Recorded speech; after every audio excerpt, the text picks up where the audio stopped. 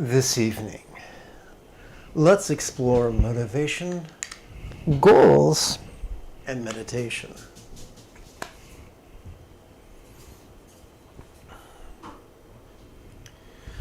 This is Lama Jigme Gyatso of the Buddha Joy Meditation School. Welcome to Meditate Like a Jedi. This is the Lama you are looking for.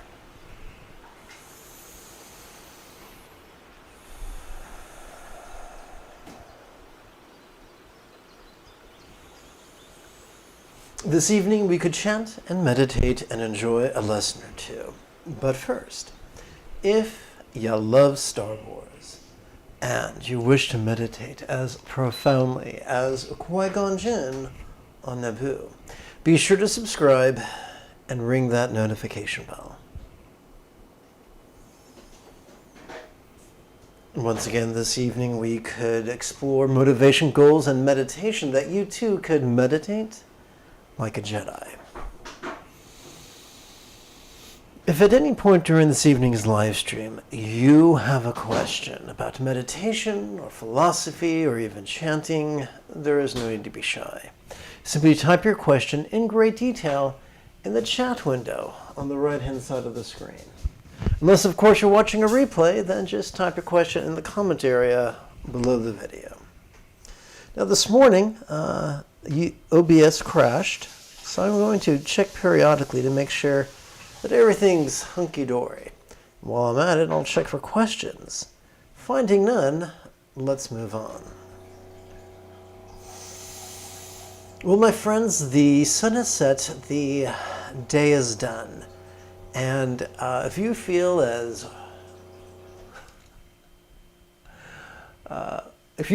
that you too have been rode hard and put away wet, then might I suggest knocking out 2 or 3 repetitions of geriatric step back squat thrusts,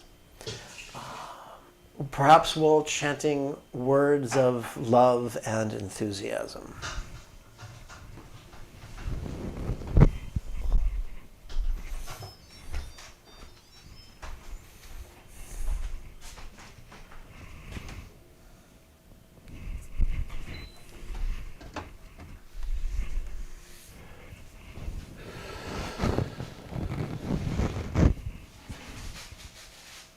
May I liberate all beings by mastering the Eightfold Path through relying on the Buddha's example, instructions, and students.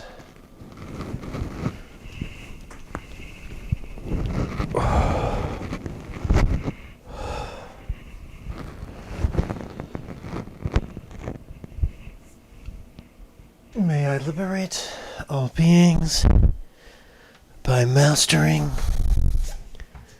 the Eightfold Path through relying on the Buddha's example, instructions,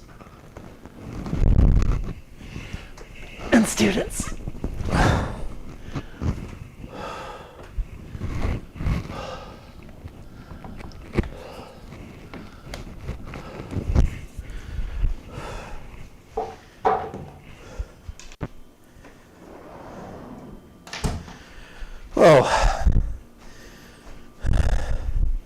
That'll get your heart going.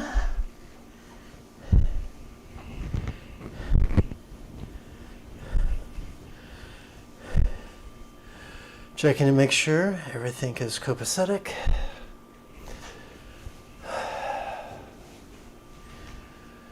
Whew.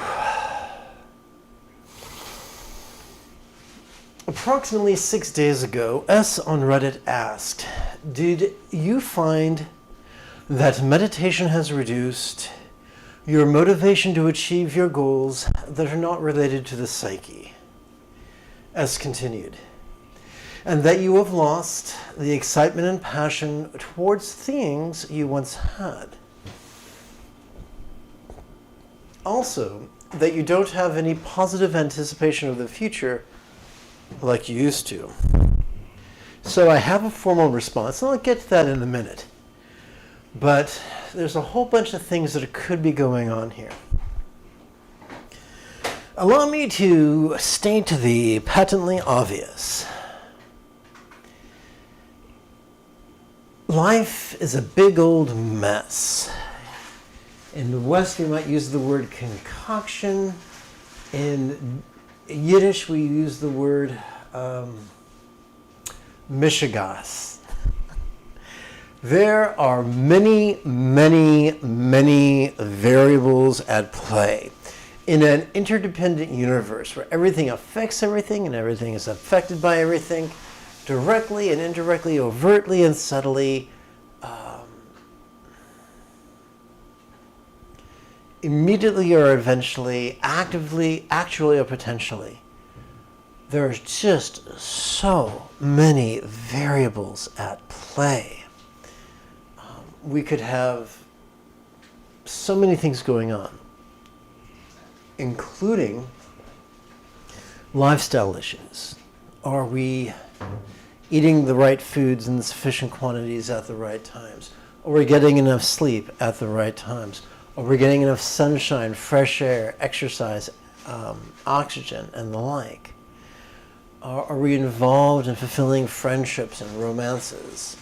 Do we find our work challenging and interesting and fulfilling? All these things can affect our experience. There are many, many, many, many, many styles of contemplation and even more styles of meditation. Some of them are remarkably beneficial, some of them are tragically inert, and some, believe it or not, are destructive. Just because someone dresses oddly and teaches you a technique doesn't mean that technique is ideal for you at this time. So we really, really have to check in with ourselves. In the Buddha gave many, many teachings, and the teachings that are attributed to the Buddha that have been placed under the heading of Theravada, in the sutta, in the Anapanasati Sutta, the Buddha's most concise meditation manual, he mentions bliss and joy being experiences of the jhanas. And then in the exact same sutta, in the exact same discourse, he mentions the 7 enlightenment factors. And 2 of those are energy and joy. It's safe to say that if the style of meditation we are playing with doesn't give us physical pleasure and emotional pleasure and energy, then that is a litmus test. That is an idiot light on the dashboard of life. And we ignore it at our peril. If anyone says just muscle through, if anyone pretends to be more spiritual than they are and say, there is no loss of motivation, there is nobody to recognize the loss of motivation. No, they're just playing games with you. The first enlightenment factor is mindfulness. We're supposed to notice things. We're supposed to notice our circumstance and our bodies and our relationships and our mind. And if something is going hinky, if our body is not pleasurable, if our emotions are not pleasurable, if we're not feeling energy, physical energy and emotional enthusiasm, then there is something wrong with this picture. There are many people who have shaven heads and beautiful robes who sit in exquisite monasteries and are absolutely miserable. And they've been told to take it and like it, just to sit there and shut up. But that is not what the Buddha taught. And if you are creating the genuine, if your spiritual practice or your overall lifestyle is generating the symptom set of depression or an analog of depression, then it's time for all hands on deck. According to the Buddha, we're not supposed to tough it out. We're supposed to remedy the situation. I'm a big fan of the PCRM website. You can find a link in the description area below the video. There you can find an MD who practices psychiatry through the lens of whole food veganism. They are going to take a distinctly different approach to someone whose primary goal is to pay for their yacht and to just crank you through the pharmacy and the electroconvulsive therapy clinics just as quick as possible. Now, does that mean those things are ineffectual? Most likely they work some of the time for some of the people. But you want people to hear you and to check in with you, who are not only qualified to deal with psychiatric symptoms if you have them, but also lifestyle causes. Peer-reviewed studies have found that not only is there an overlapping Venn diagram between cold and flu symptoms and depression symptoms, but the common denominator between the two seems to be systemic inflammation. Without talk therapy, just by making lifestyle changes, MDs who practice psychiatry have been able to reverse the symptom set of depression in a week. So it's not all quote-unquote stinking thinking. Sometimes, we're just not getting enough rest or sunshine or exercise. I mentioned that a few moments ago.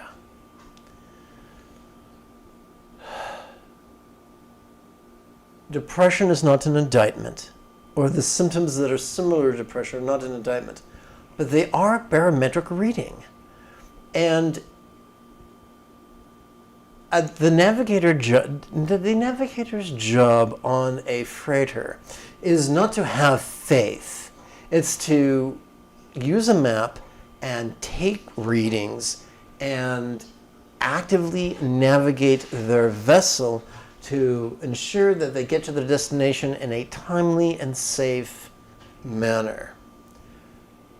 Your feelings, be they emotional or physiological, are how you take readings. And we ignore that input at our peril. Now that I've blathered on spontaneously, let's see what I wrote 6 days ago. When practiced effectively, meditation could function as an instrument of evolution, changing us in ways subtle and coarse, slow or sudden. Although these changes could be jarring and unexpected, there is no need to fear them. Before meditation, most of us sport a young or patriarchal worldview, regardless of the shape of our reproductive organs, tending to be rigid, fearful, controlling, elitist, and competitive. The Buddha's passive meditation could transform us, remolding our drives, making us more flexible, loving, laid back, egalitarian, and cooperative. In time, instead of being driven by agenda like a leaf in a storm, we could find our choices, utterances, and deeds gently flowing from a place of centered spontaneity.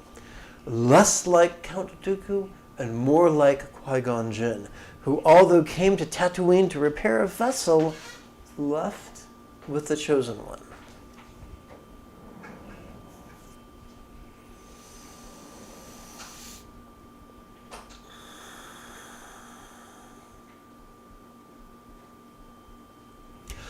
Every 12 hours, I broadcast a live meditation class without any ads. This channel is supported by the generosity of viewers, just like you. With your help, this channel could come to support the next generation of nuns, monks, yogis, lamas, and even brick-and-mortar meditation centers, each replete with a resident teacher and their apprentice. If this speaks to you, it makes you feel even a spark of enthusiasm, you're welcome to help out even for as little as the cost of 1 cup of coffee a month. It's easy. just poke around the description area below the video. You'll find a link for Patreon. You'll find another link for PayPal. You'll find a button, a YouTube button to join, and another YouTube button for Super Chat. Click whichever one of those strikes your interest. Going to check to make sure that to see if there's any questions, and finding none. I think it could be great fun if together as a team we chanted 6 passages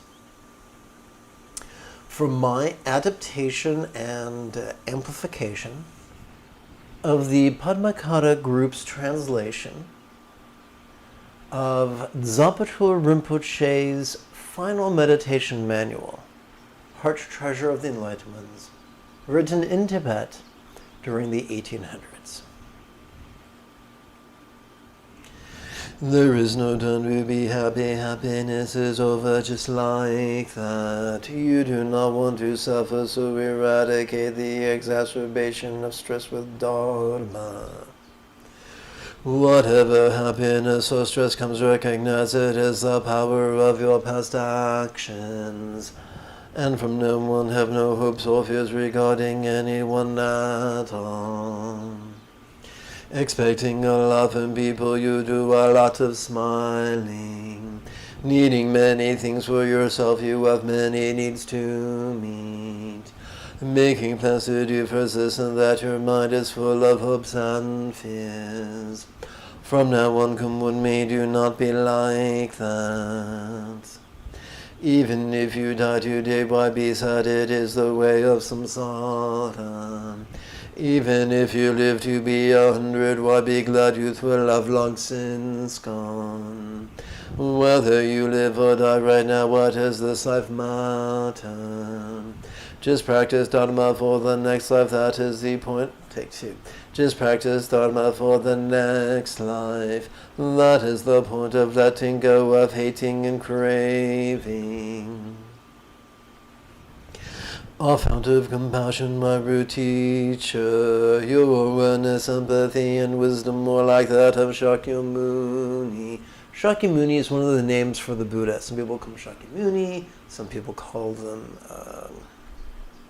sage of the Shakya clan, some people call him by his auntie's name, Gautama, many names.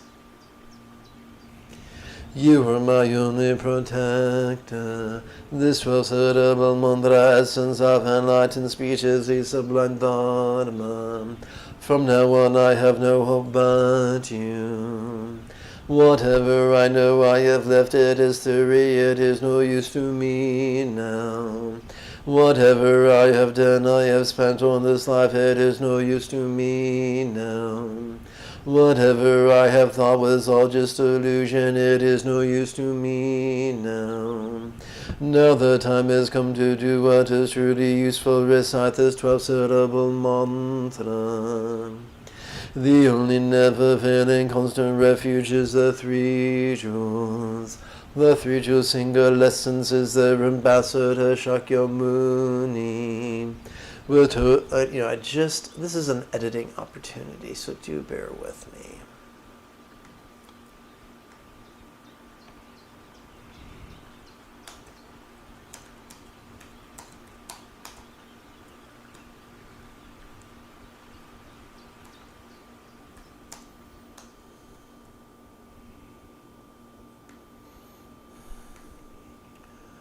Insert,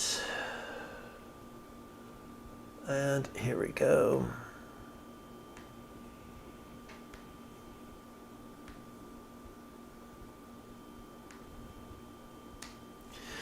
I want to make sure that the display has not completely lost its mind, which it appears to have. The 3 jewel single essence is her ambassador, sage of the Shakya clan, with total unshakable zeal for his wisdom, enthusiastic and decisive, recite the 6-syllable mantra.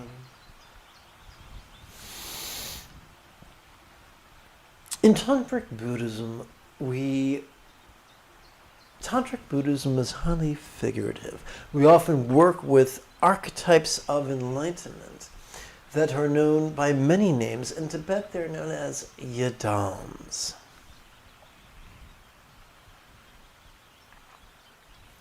So, quack like a bunny.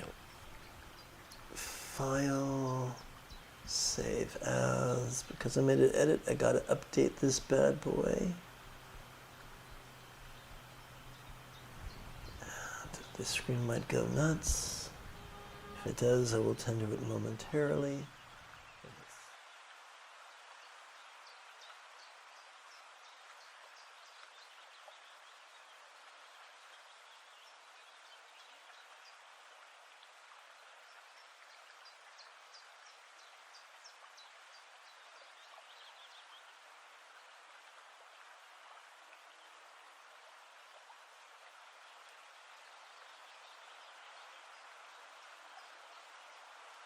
Let's tap button 9 and turn to this evening's primary text.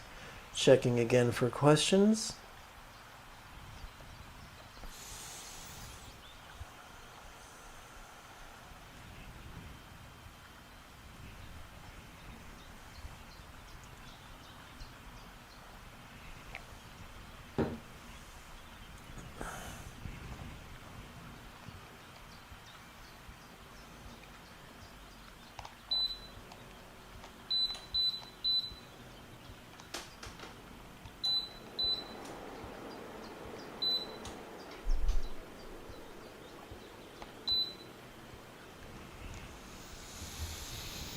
Let's chant.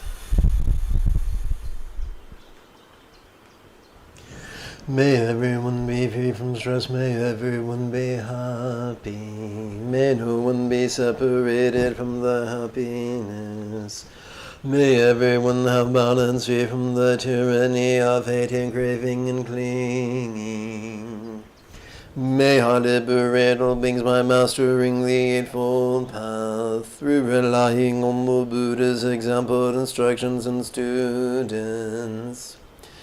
May I liberate all beings by mastering the Eightfold Path, through relying on the Buddha's example, instructions, and students.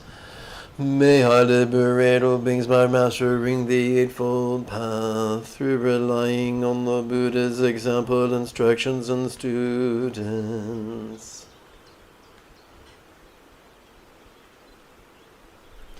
Now let us bring mantra contemplation into the path of love, the second fold of the Eightfold Path.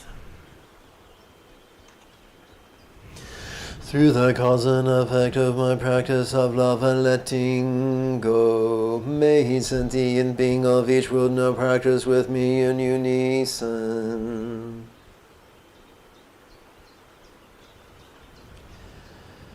With whom we invoke the example of the Muni Wise One, like the Maha Greatly Wise One Muni, yea, of the Shakyas we so all wish enlightenment for all.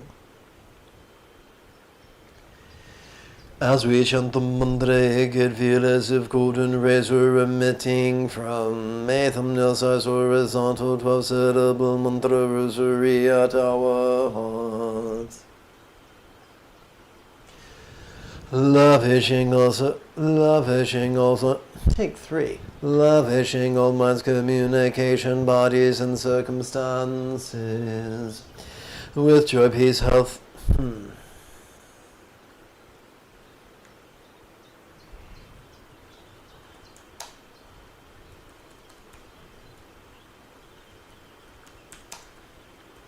With wisdom, love, health, and good fortune, centered and spontaneous.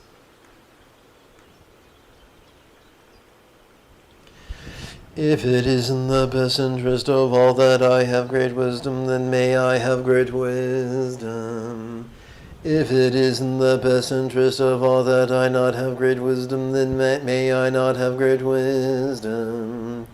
May all beings benefit as if they had each been my kind mother.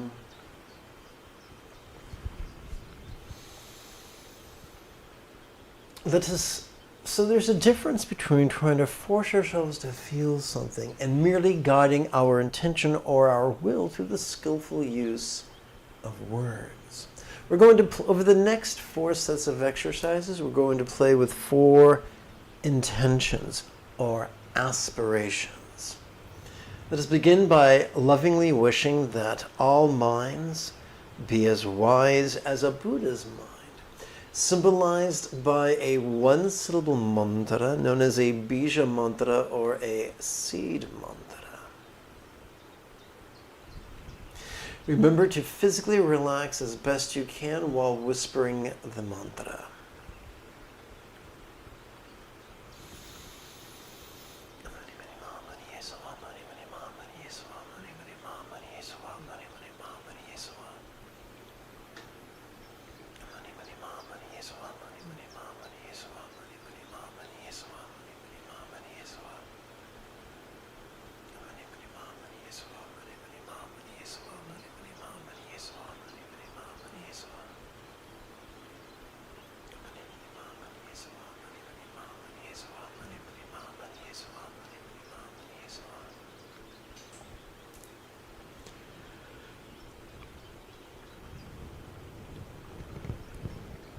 If it is in the best interest of all that I have great love, then may I have great love. If it is in the best interest of all that I not have great love, then may I not have great love. May all beings benefit as if they had each been my kind mother. Let us lovingly wish that all beings' communication and its interpersonal consequences now be as loving as the communication and consequences of a Buddha, which are symbolized by a mantra, sometimes arranged in a circle.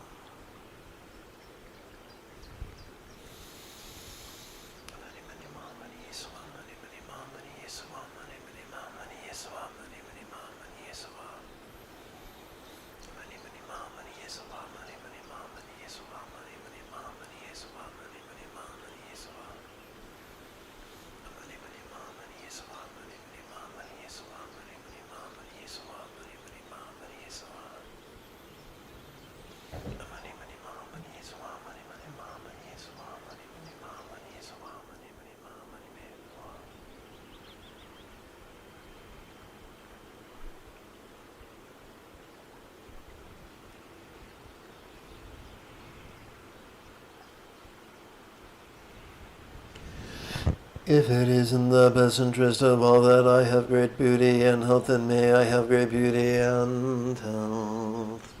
If it is in the best interest of all that I not have great beauty and health, then may I not have great beauty and health.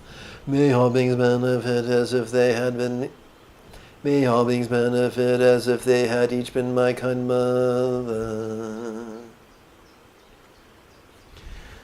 Let us lovingly wish that all bodies were now as healthy as the bodies of enlightened archetypes that we see depicted in pieces of tantric art.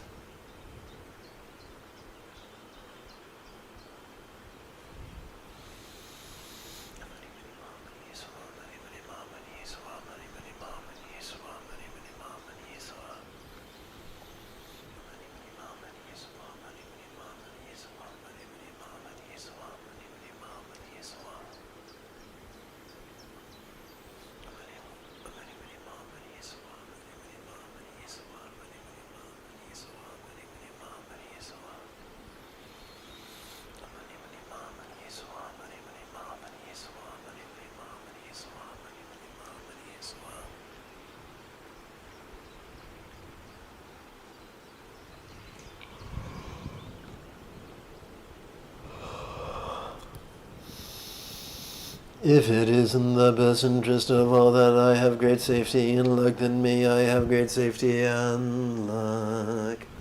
If it is in the best interest of all that I not have great safety and luck, then may I not have great safety and luck. May all beings benefit as if they had each been my kind mother.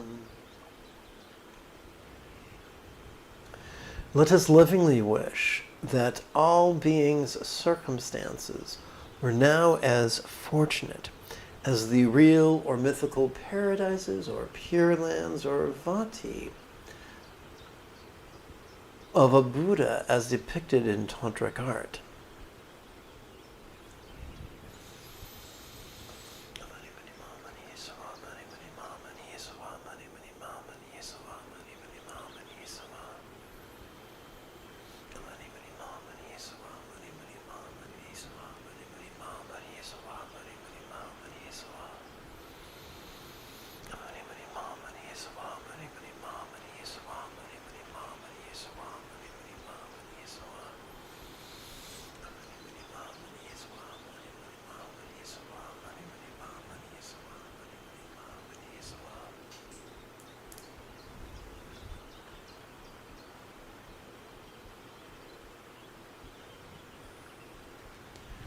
Practicing practicing love without practicing the wisdom of letting go can make us neurotic and controlling. Practicing the wisdom of letting go without training in love can make us aloof and disinterested in others. Indifferent is the word I was looking for. That's why we practice them together.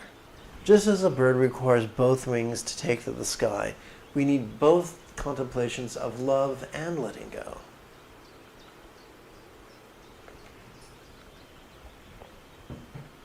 If we are to be healthy, well-adjusted adults.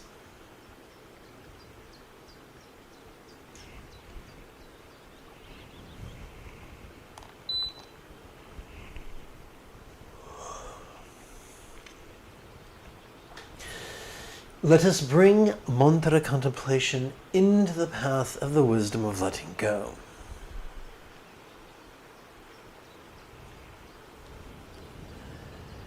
May I let go of all circumstances, bodies, communication, and minds, as if they were as non-graspable as a vast empty void. Like the illusion of the infinite azure sky on a bright and beautiful cloudless morn, which, although tantalizing to the eye, could be not graspable to the hand.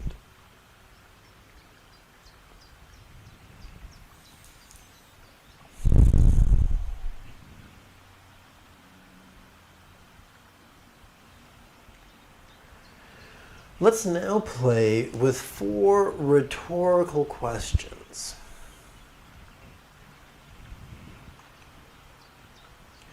Why is it that as we inhale and observe the appearances of our circumstances, why is it that when we inhale we can observe the appearances of our circumstances, and yet when we relax into our exhalation, these exact same circumstances could feel as if they were as non-graspable as a real or imagined paradise comprised only of light?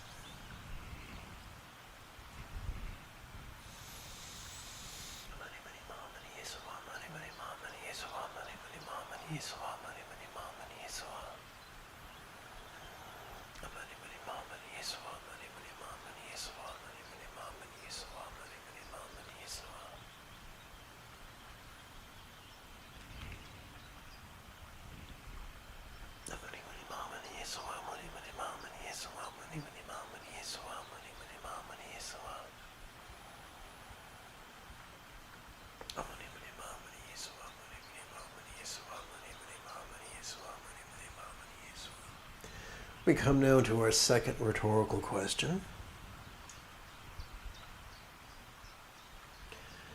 Why is it that when we inhale, we can observe the sensations of our body, and yet when we exhale, when we relax into our exhalations, this exact same body could begin to feel as if it was as non-graspable as a real or imagined archetype of enlightenment comprised only of light.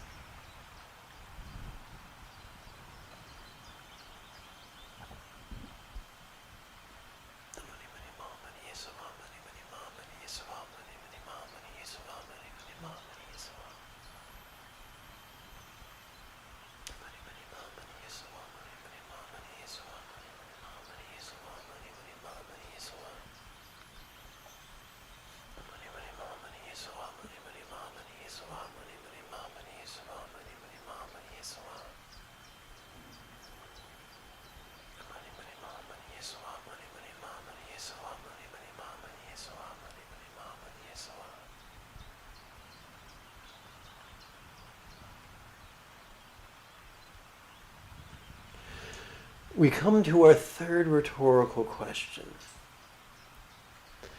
Why is it that when we inhale, we are able to observe the resounding effect of our communications, consequences upon our experience of the interpersonal, and yet, as we physically relax into our exhalation, this exact same communication and its consequences upon the interpersonal could begin to feel as if it was as non-graspable as a mantra.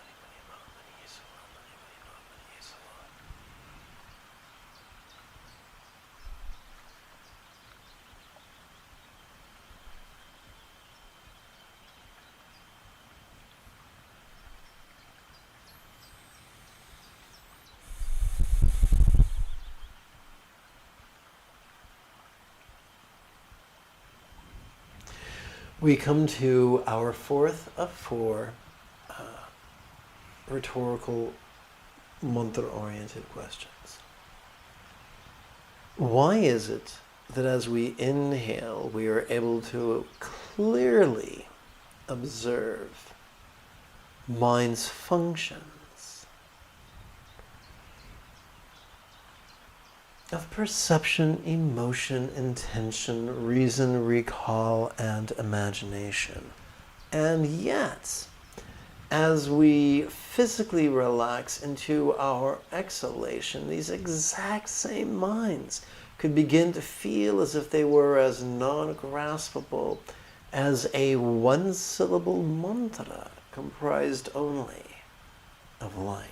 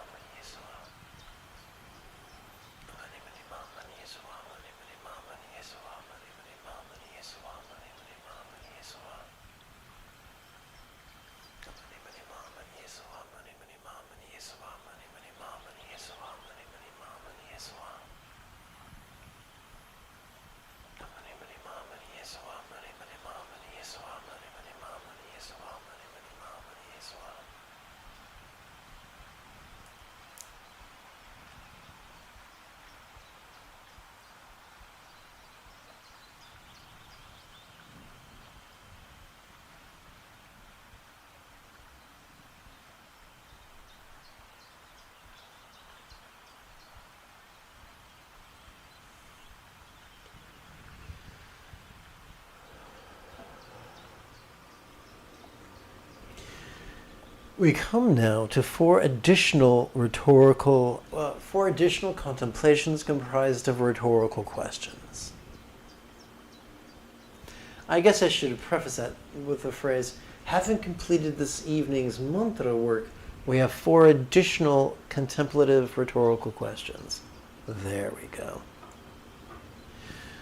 Let's play with melting as a metaphor of impermanence to help us to better leap over the tyranny of clinging in our lives. Let's also play with absorption as a metaphor of interdependence to help us to better leapfrog over the tyranny of competition in our lives.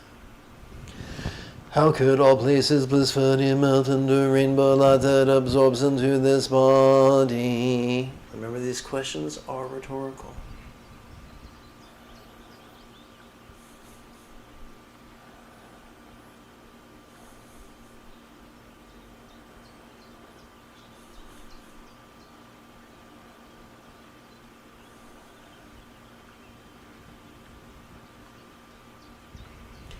How could all bodies blissfully melt into rainbow light that absorbs into this speech?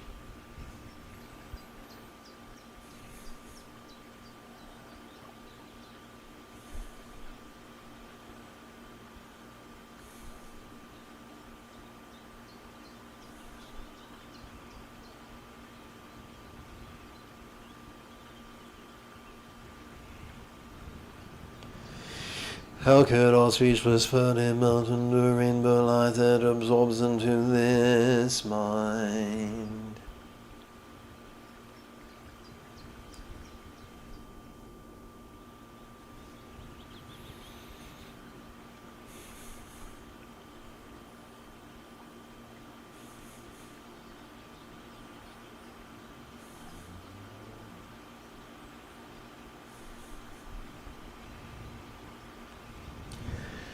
How could all minds blissfully melt into rainbow light that absorbs into infinite emptiness?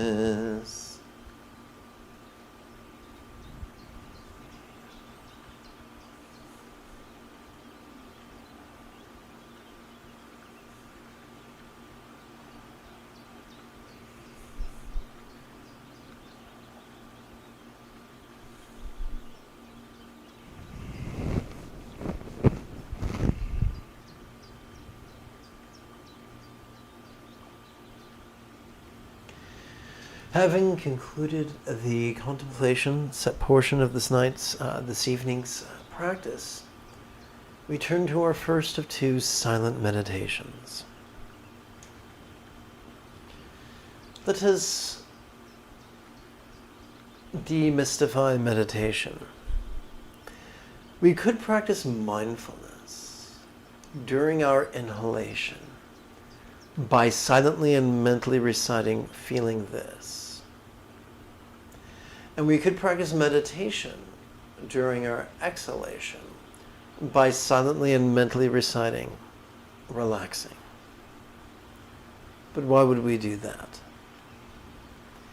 When during each inhalation, we access the sympathetic nervous system that supports the sensory acuity that allows us to notice the external and the internal, the physical and the mental, the pleasurable and the painful, the interesting and the boring, the glorious and the grotesque. We can notice them in a manner that is passive, that is vulnerable, passive, visceral, and random. And we can do so with such aplomb, with such skill, that the only label we need ever use is simply the pronoun, this. But what are we to do with all that which we notice?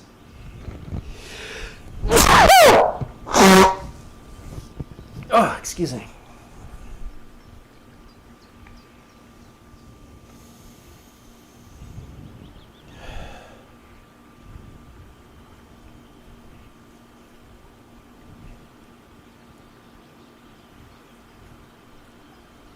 I've got a sneeze waiting.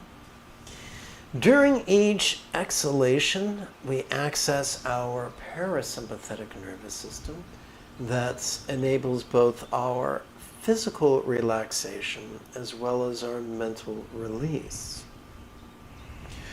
What are some of the things we might find ourselves releasing? We could find ourselves releasing our resistance to the presence of that which we hate. We could find ourselves releasing our resistance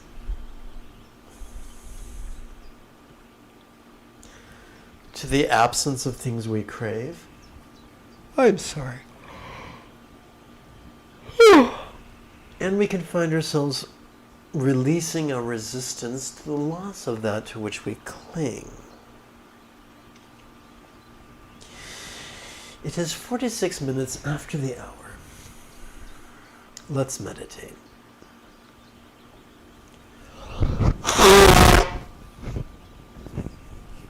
I assure you, blowing the nose is not an arcane and mystical exercise.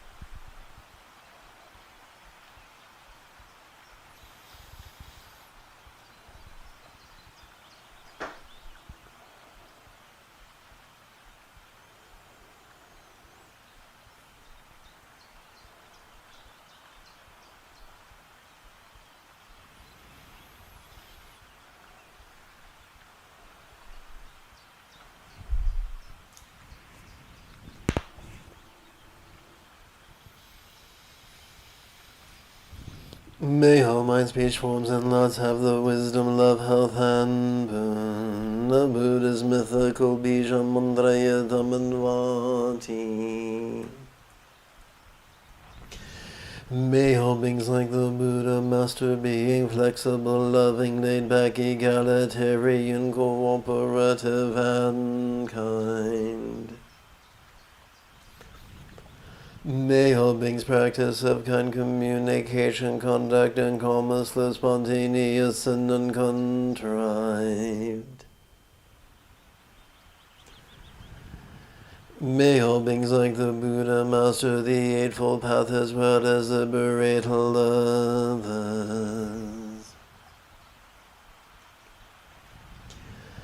May each being take auspicious rebirth, master the Buddha's path, and then help others do likewise.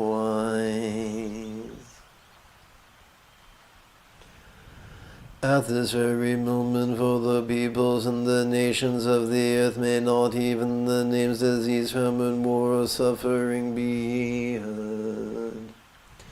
Rather may their kind conduct, merit, wealth, and prosperity increase. And may supreme good fortune and well-being always arise for them. Beginning with Kuntu Sangpo and Great Dorje Chang down to my own kind to Sri Lama.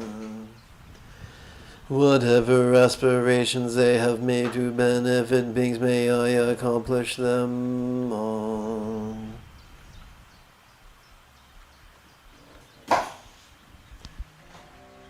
If you feel I have heard it.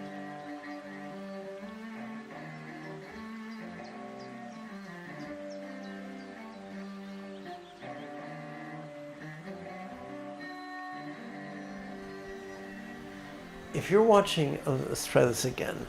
In approximately 10.5 hours, we could explore loving kindness, as well as chant and meditate some more.